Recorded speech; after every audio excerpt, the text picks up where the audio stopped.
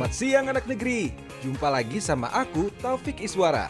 Kali ini aku akan jelajah pesisir barat dari Pulau Lombok. Aku mulai dari selatan nih, di daerah Sekotong yang terkenal akan hutan bakaunya. Aku akan cari kepiting bakau dan diolah menjadi masakan tradisional khas Lombok. Lanjut kita ke bagian utara Pulau Lombok. Aku akan panen buah jambu mete. Mau tahu aku olah jadi apa? Yang satu jadi sayuran dan yang satu lagi jadi jajanan pasar. Nah, ada yang tahu walang sangit? Di sini hama padi ini bisa diolah loh, jadi makanan yang enak. Jangan kemana-mana ya, tetap di Jejak Anak Negeri, karena alam memberi banyak manfaat.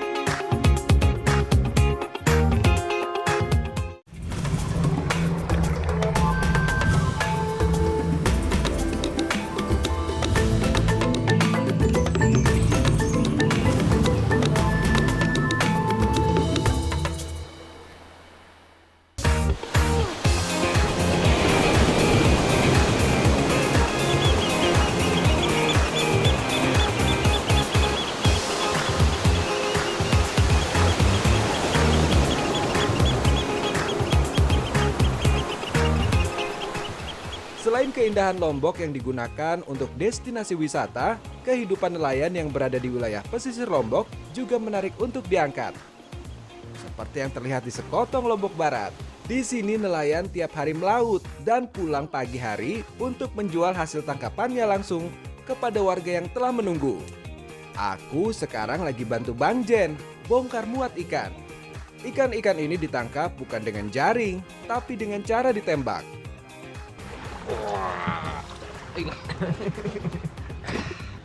Nah, ini dia nih hasil tangkapan atau hasil ikan dari daerah Sekotong. Setelah ini kita akan bawa ke sana untuk ditimbang dan akan diambil oleh para pedagang.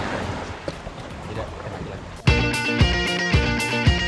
Beragam jenis ikan ini harus dipindah ke box styrofoam dan dibawa ke pinggir untuk langsung dipilah. Nah, ini dia ikan hasil dari menembak semalam.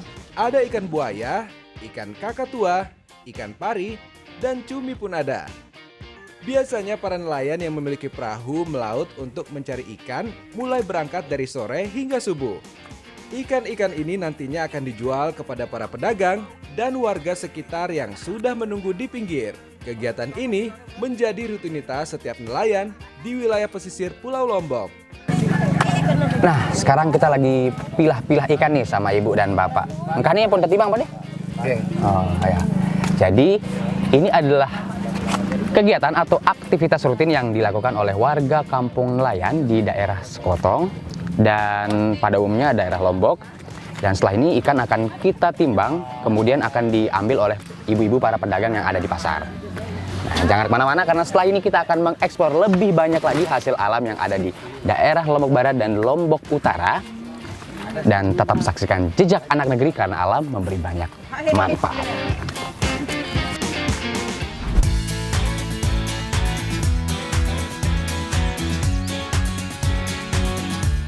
Wilayah Sekotong, Lombok Barat adalah salah satu tempat yang memiliki kekayaan akan hutan bakau. Kalau banyak bakau seperti ini, biasanya banyak kepiting yang hidup dan menjadikan bakau sebagai rumahnya.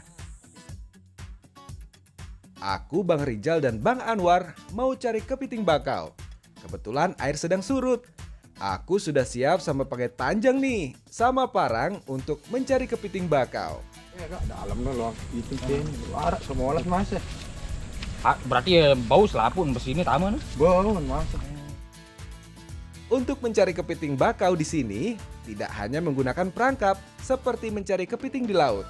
Yang harus diperhatikan dalam mencari kepiting bakau adalah waktu surut dan waktu pasang. Selain itu, warga juga harus tahu titik-titik di mana kepiting membuat sarang. Kalau di hutan bakau seperti ini, kepiting biasanya membuat lubang seukuran tubuhnya dengan kedalaman beragam, mulai dari 30 cm hingga kedalaman 1 meter. Kalau sudah mendapat lubang yang diduga jadi sarang kepiting, langsung saja masukkan pengait ke dalam lubang. Iya kontek loang ini nen bau kedu penggayatan. Jadi butama nih akah nih jaga lain nih bang. Loang belo baru butama coba nih kedu batik nih. Bau nih bat kado bang. Nah, Nah, benar aja kan? Setelah Bang Rijal mengangkat parang dari dalam lubang, ada kepiting yang sedang menyepit parangnya. Dapat kan? Wah, langsung aja diikat, biar tidak lepas. Nih bang, Beda tegal nih. nih mudi nih. Mudi nih. Tegal bang. Nah, anak negeri udah dapat satu nih. Ini katanya abangnya yang paling mantap rasanya. Ini paling ini bang deh. Jadi kita cari lagi yuk. Coba Ayo. kita Bet onar ampun nih. Nah, sudah dapat satu nih. Kita cari lagi yuk sarang kepitingnya. Bet onar ampun nih bang. Nak temen-temen itu balik sana. Oh, nih kayak balik nih. B. Nih orot nih. Ini balik balik ya gue nih. Nah, ada lubang bekas kepiting yang baru dibuat nih. Wah, aku mau coba lagi pancing kepitingnya. Pakai pengait ini. Tidak perlu umpan ya, karena kepiting merasa benda apa saja yang masuk ke dalam sarangnya akan dianggap sebagai ancaman. Nah, ini dia nih kepiting bakau. Ini yang unik dari sini nih, kita ngambilnya dengan cara menggunakan apa nih bang? Penggait. Nah, dan biasanya orang-orang sini atau warga sini menangkapnya pada saat siang, biasa habis zuhur ya bang ya? Biasa habis zuhur airnya surut dan kita baru bisa ngambil dengan mudah. Dan lubangnya biasanya bisa sampai kedalaman 2-5 meter ya bang ya? Kepiting bakau tergolong hewan omnivora dan kanibal. Kepiting ini cenderung aktif pada malam hari atau biasa disebut sebagai hewan nokturnal. Keberadaan kepiting di dalam ekosistem bakau dapat mengurangi kadar racun tanah lahan mangrove yang dikenal sebagai anoksik atau kekurangan oksigen. Kepiting akan membuat lubang-lubang di tanah sebagai tempat tinggalnya yang secara langsung mempermudah proses pertukaran udara di lahan mangrove. Nah, waduh mau dan nih bang nih. Bawa situ lewat nih. Bawa. Tuh deh, lapah wah nih. Terus kalah.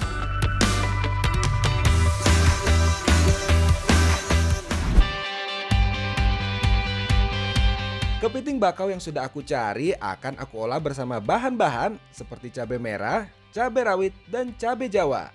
Aku mau buat menjadi brengkes atau yang biasa dikenal sebagai sate pusut. Anak negeri, ini dia nih kepiting bakau dari sekotong. Sekarang kita mau bersihkan dulu dan ambil isinya nih dengan cara ya pelang dua nih nak. Dipotong dan kemudian kita ambil isinya. Kalau urusan potong memotong, aku jagonya. Karena untuk membuat brengkes, hanya dibutuhkan dagingnya saja. Untuk mendapatkan dagingnya, harus dibelah cangkangnya seperti ini. Nah, jadi anak negeri untuk pembuatan brengkes ini yang kita olah itu hanya dagingnya aja. Dan sengaja tidak kita rebus untuk agar rasanya manis ya ibu ya? Iya. Udah beres nih. Aku misahin kepiting dengan isinya. Pik, besok kepiting ni letep pik. Selapun. Lapun, tolok detik terus nane. Wah, ini wajarin nih. Jari. Oke. Sementara itu, ibumu menghaluskan bumbu dan Mbak Ria memarut kelapa. Nah, kalau udah bersih, sekarang tumbuk daging dengan bumbu. Daging ditumbuk agar menjadi halus dan bercampur dengan bumbu, sehingga saat dimasak sudah tidak ada lagi cangkangnya. Hasil parutan kelapa dicampur dengan irisan daun jeruk agar lebih beraroma. Tamak ni jok teh pik. Apa? Nyiun tamak jok teh. Ni. Tumpah nyiun jok teh. Tumpah nyok jok teh? Ah. No. Tumpah Oh, nyiun. Nak tumpah nyiun. Tumpah jok teh lapan. Lapuan. Sekarang campur daging kepiting yang telah dihaluskan dan kelapa parut. Aduk hingga rata dan jadi adonan brengkes atau sate pusut. Adonan sudah jadi sekarang, tinggal dibentuk adonan pada tusukan bambu. Ambil adonan dan tempel perlahan pada tusukan bambu. Ternyata sulit juga menempelkan adonan brengkes pada bambu ya. Kalau sudah, sekarang satenya kita tancapkan pada pelepah pisang untuk dibakar. Di sini biasanya untuk membakar sate pusut memang menggunakan pelepah pisang agar lebih mudah dibakarnya. Nah, sekarang saatnya kita bakar. Anak negeri, jadi ini dia nih proses terakhir dari pembuatan brengkes atau sate pusut. Nah, kalau biasanya pembuatan sate pusut itu bahannya dari daging sapi atau daging ayam di sini warga mengolahnya dengan kepiting bakau, dan ada yang unik di sini. Saya menggunakan pelepah pisang yang fungsinya agar saat membalik sate tidak panas, tidak terkena panas. Saat membakar sate pusut yang digunakan hanya bara apinya saja ya. Jadi jangan sampai dagingnya menjadi gosong. Ini dia tampilan sate pusut yang sudah matang.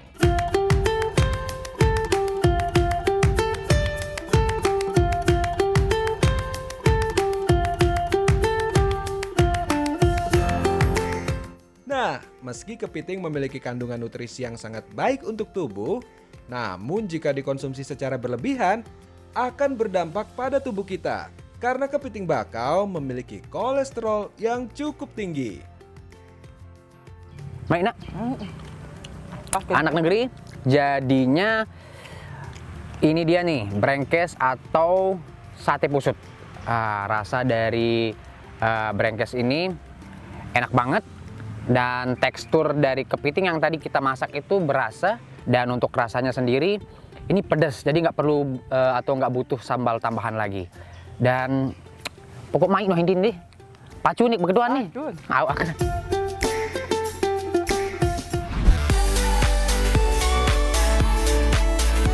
Setelah mengolah kepiting dengan dibikin menjadi sate pusut, sekarang aku akan mengolah menjadi masakan khas tradisional dari Nusa Tenggara Barat.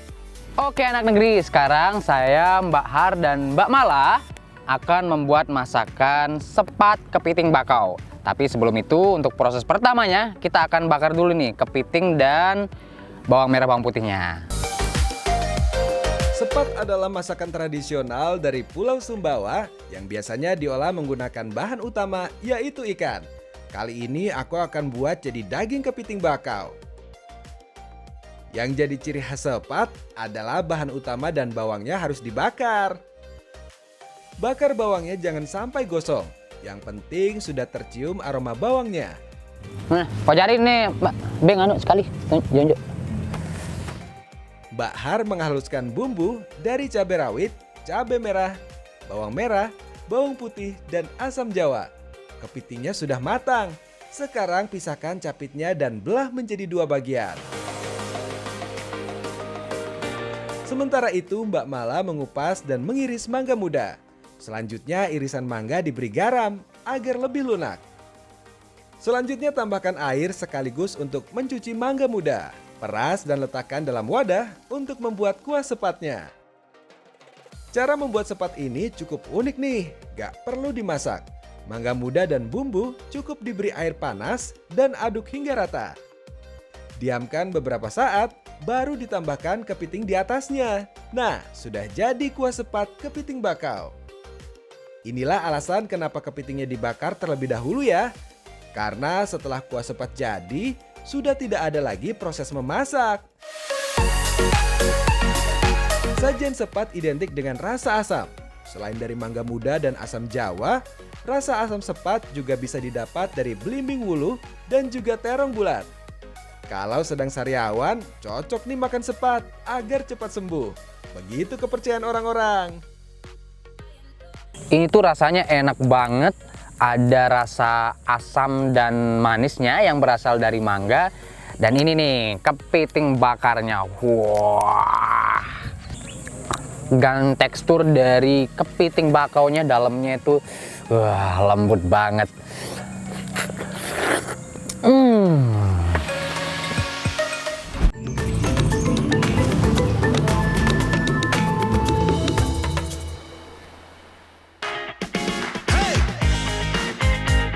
Pulau Lombok terdapat hasil alam yang dapat diandalkan petani selama masa pandemi kemarin, yaitu jambu mete. Perkebunan jambu mete tersebar di wilayah Lombok Barat, Lombok Utara, dan Sumbawa. Di Lombok Utara, rata-rata usia pohon jambu mete sudah mencapai 35 tahun. Salah satunya berada di Kecamatan Gangga. Aku dan Aziza mau menuju ke tempat Bu Inah yang sedang mencari buah mete di kebun. Nah itu dia. Akhirnya ketemu juga. Bisa mau Ina? Ini ada sedikit. Oh sekedi, mampu, suwe aja. Ya bau le atas. Ku tag berarti dah. Taik dia. Oh itu berarti kon bawa.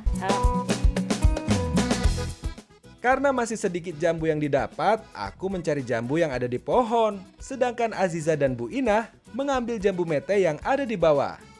Di sini jambu mete mulai berbuah sejak bulan Agustus hingga Oktober. Karena yang memiliki nilai ekonomis tinggi adalah biji metenya, buahnya dimanfaatkan masyarakat sekitar sebagai sayur maupun abon. Aku mencari jambu mete yang masih belum terlalu matang atau yang masih berwarna hijau. Lu mau aja? Oh nih juara nih si abang ada. Nah anak negeri, ini dia nih nyambu rejung atau dalam bahasa Indonesianya jambu mente. Nah kalau biasanya yang biasa diolah itu adalah bijinya di Lombok yang matang ataupun yang hijau bisa kita olah menjadi makanan atau masakan yang enak. Ya Bunda? Iya betul. Udah cukup nih jambu mete yang kita dapat. Sekarang kita langsung olah aja yuk. Nah, kita persiapkan dulu peralatannya yuk. Aku mempersiapkan tungku dan kayu bakar. Bu Ina dan Aziza menata tikar dan bahan-bahannya. Aku, Aziza dan Bu Ina akan membuat nyambu rejung kelak santan. Kita akan mengolah buah mete dengan aneka bumbu.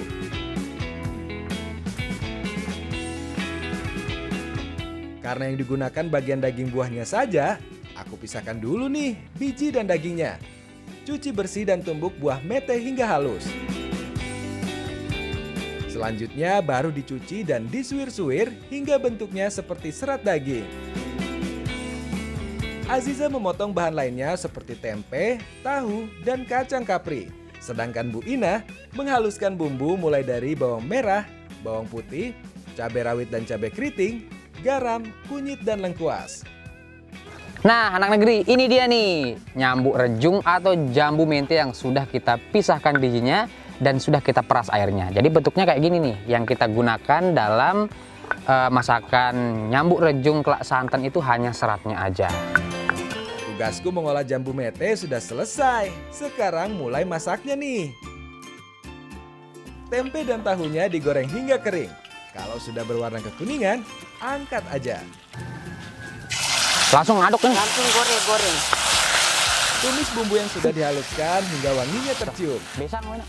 Lalu tambahkan santan sedikit demi sedikit. Jika sudah tercampur rata, masukkan kacang kapri, tahu tempe, dan yang terakhir suiran daging jambu mete. Masak hingga matang. Tuh lihat aja, dari tampilannya aja sudah menggugah selera.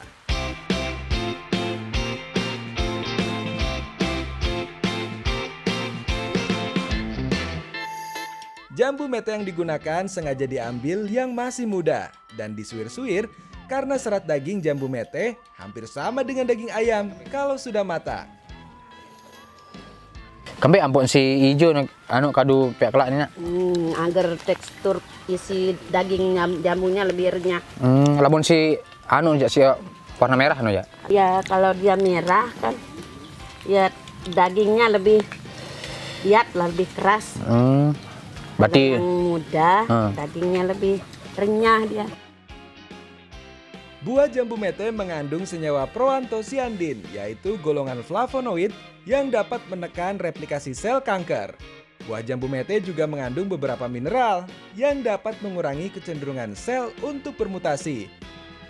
Mengonsumsi jambu mete dapat mencegah kanker usus besar, apalagi kalau diolah jadi sayur seperti ini. Wah, enak banget! nyambu rejung kelak santan ini dari rasanya itu anak negeri mantap banget. Dari teksturnya sendiri dia itu lembut, nggak seperti yang tadi dari awal kelihatannya kalau yang muda biasanya itu agak padat, tapi ini setelah dimasak dia lebih lembut. Dan ini kita nggak perlu makan pakai nasi karena memang isinya agak padat. Untuk rasa kuahnya itu agak manis dan sedikit asam yang berasal dari nyambu rejungnya, Ibu ya? Iya, betul.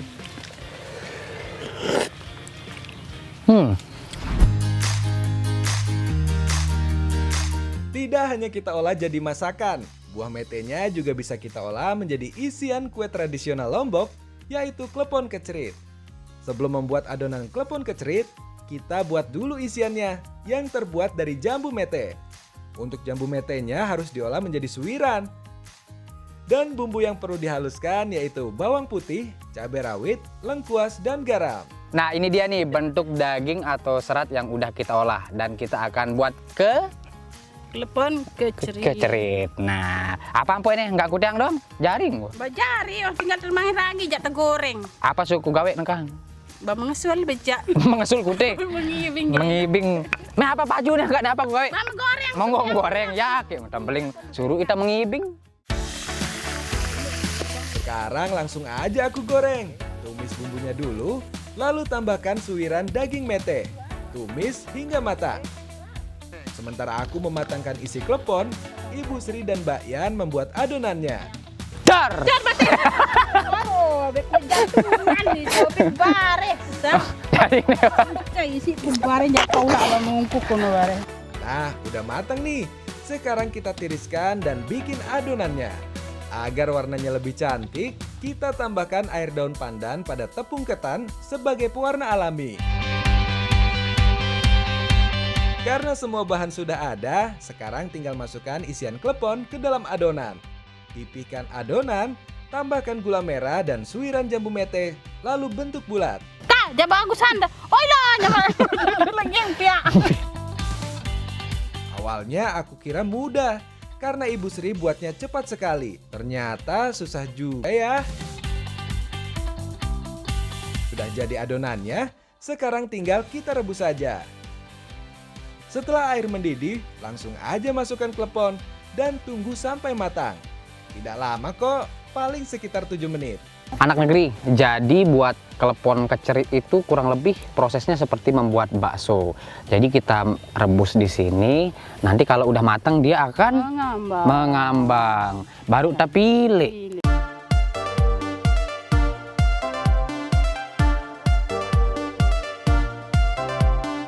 Seperti ini nih tampilan kalau kleponnya sudah matang. Taburan kelapa parut menjadi pelengkap jajanan tradisional ini. Ini dia, udah jadi klepon Kecerit. nyambuk. Rejung. Nah, udah jadi nih buatan saya, Inak Sri dan Mbak Yan. Bau tanu ini, bungkus. Hi, bungkus gumbu. Kanite.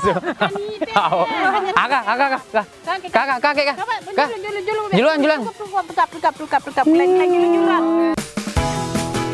Camilan ini jadi favorit bagi anak-anak karena rasanya yang dominan manis. Karena pada dasarnya di dalamnya ada gula merah. Jadi saat digigit akan muncrat isiannya. Anak negeri, ini dia nih, klepon kecerit nyambuk rejung. Bentuknya kurang lebih sama seperti yang kita temui di pasar, tapi isiannya beda. Ada gula merah dan tambahan Buat rejung. buah rejungnya atau jambu mentenya. Nah, untuk teksturnya ini tuh lembut, kurang lebih kayak dodol, dan rasanya itu pedas manis. Nah, manisnya itu dari gula merah dan pedasnya itu berasal dari campuran abon yang tadi digoreng dengan sambal. Wah, saking enaknya makan klepon ini, aku punya pantun untuk Ibu Sri. Beli abon jok Kediri, Cakep. intik jalan-jalan tiba mentigi. Cakep. Klepon pian Inak Seri, Tutup mai. mulan maik gati. Alhamdulillah.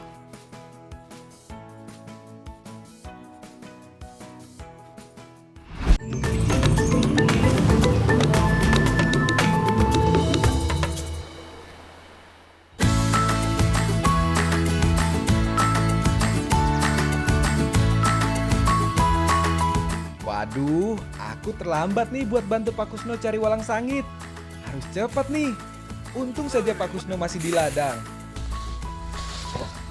Yo, baca leo peka. Agit pihak utin. Konen semua anti ku aloe mau ku ini. Ka. Dulungin langsung Aw, katulung tajul ketolek mau. Kalau mau mencari walang sangit atau dalam bahasa Lombok biasa disebut ketlang, harus pagi hari. Karena saat siang walang sangit akan bersembunyi di bawah rumput sehingga sulit ditangkapnya. Aku dan Pak Kusno menggunakan jaring ini untuk menangkap walang sangit. Harus dikibas-kibas agar walang sangit bisa terperangkap dalam jaring. Nah, anak negeri, ini dia nih, ketelang atau dalam bahasa Indonesia walang sangit. Ini adalah serangga unik atau hama yang biasa hidup di tanaman padi atau rumput gajah dan tanaman liar lainnya. Dan biasanya ada yang menarik di sini nih, karena masyarakat lokal di sini biasa mengolah ini menjadi makanan yang enak. Ya Pak deh, apa suara nu? Pelemeng. Pelemeng. Lu mau EP aja? Barapan penok tas suku. Walang sangit suka menempel pada padi atau rumput gajah karena suka menghisap cairan tanaman dari tangkai bunga sehingga menyebabkan tanaman kurang hara dan menguning. Sudah cukup nih, walang sangit kita dapatkan. Sekarang, ayo kita bikin jadi lemang ketlang.